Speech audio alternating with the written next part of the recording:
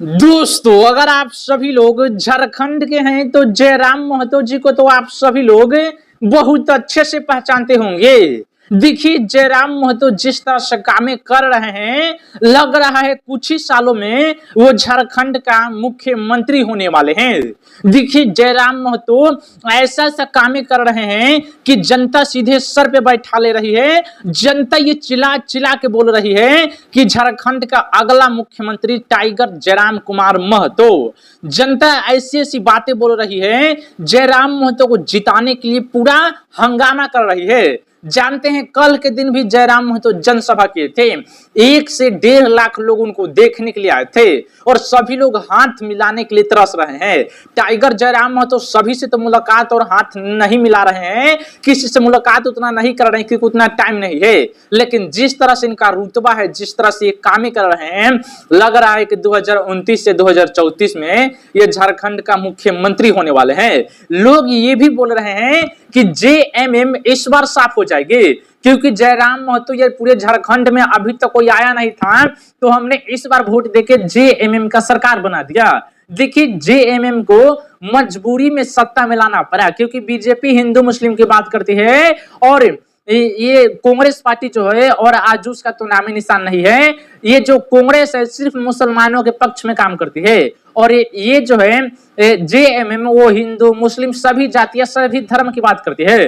तो लोगों के पास ऑप्शन था कि चलो ये सभी की बात करते हैं तो इनको ही सत्ता में लाते हैं। ऐसे तो कुछ विकास नहीं करते हैं, हेमंत सोरेन जी कुछ विकास नहीं करते हैं। लोगों की मजबूरी भी थी क्योंकि उस टाइम कोई नहीं था। जयराम महतो को लोग अच्छे से जानते भी नहीं थे, पहचानते भी नहीं थे कि इसका कैसा चाल चरित्र है।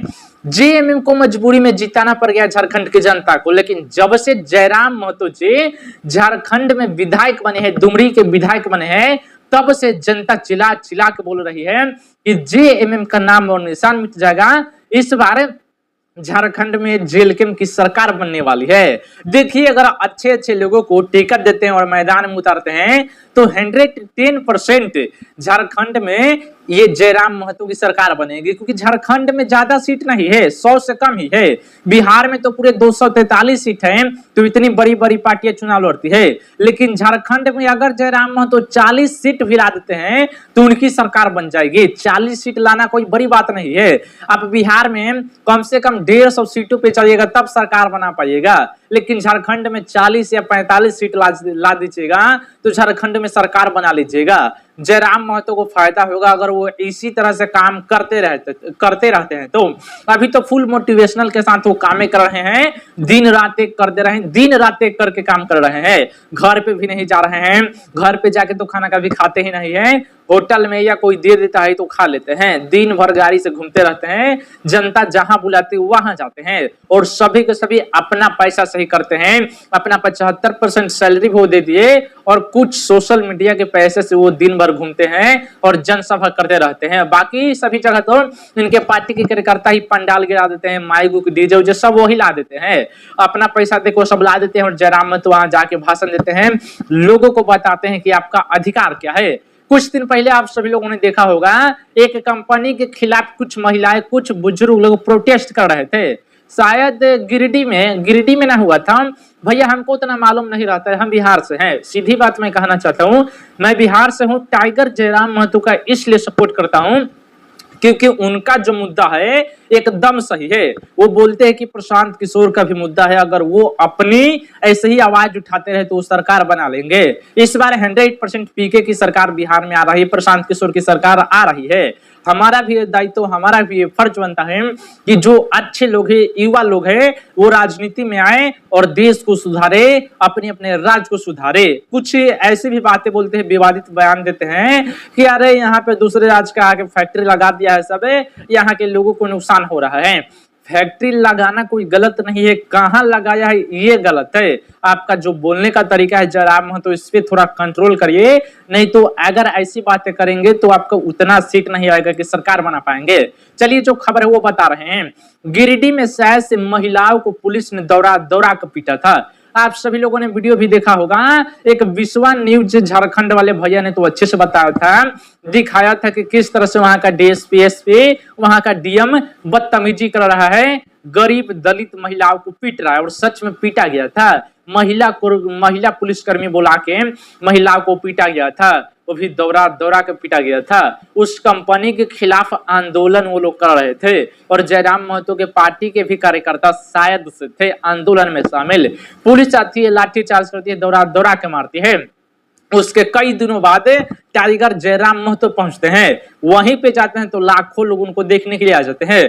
जयराम महतो ये बोलते हैं कि अपने बेटे को अगर 4 पैदा कर रहे हैं तो 2 को उग्रवादी बनाइए। उग्रवादी का मतलब ये है कि किसी से भी लड़ जाए, अगर आपके परिवार के ऊपर कोई दबाव बनाए, आके जोर जबरदस्ती करे कि तुम्हारे साथ हाई करेंगे, हाउ करेंगे, या कोई मारपीट करे, बाबू साहब आए, कोई भी आए और नीचा दिखाने का प्रयास करे तो उनसे एक बैग फिर जाए।